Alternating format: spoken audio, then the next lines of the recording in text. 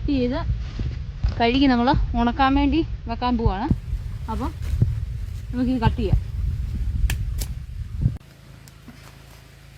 നമ്മളിപ്പോൾ കട്ട് ചെയ്ത് വെച്ചേക്കുന്ന സാധനം നമ്മൾ അതിനകത്തുനിന്ന് ഓരോ കൊക്കോയായിട്ട് എടുത്ത് അടത്തു കേട്ടോ. എന്നിട്ട് വേണം നമുക്ക് വാഷ് ചെയ്യാൻ വേണ്ടിയിട്ട്. ഇതിൻ്റെ ഈ പുറത്ത് ഈ ജെല്ല് പോലത്തെ ഈ ജ്യൂസി ആയിട്ടുള്ള സാധനം നമ്മൾ വാഷ് ചെയ്ത് കളയും, എന്നാലേ പെട്ടെന്ന് ഉണങ്ങത്തുള്ളൂ. ഇനി നമുക്കിത് വാഷ് ചെയ്തെടുക്കണം കേട്ടോ. നമുക്ക് വാഷ് ചെയ്യാം.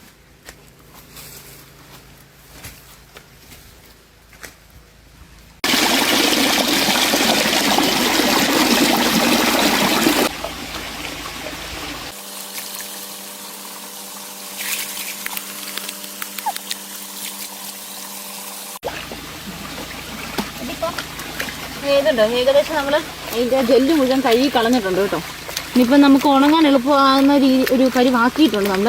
ഇത് ബ്രൗൺ കളറായി ഉണ്ടോ, ആ വെള്ള ജെല്ലെല്ലാം മാറി അതിൻ്റെ ആ ഒരു ബ്രൗൺ കളർ വന്നിട്ടുണ്ട്.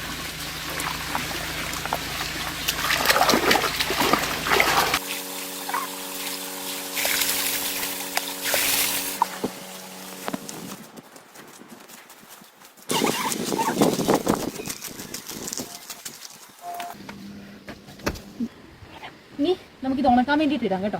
നമ്മൾ പച്ചനെറ്റിലോട്ടാണ് ഇത് ഉണക്കാൻ ഇടുന്നത്. ഈ നല്ല വെയിലാണെങ്കിൽ 2-3 ദിവസത്തിനുള്ളിൽ നമുക്കിത് പറക്കിയെടുക്കാം.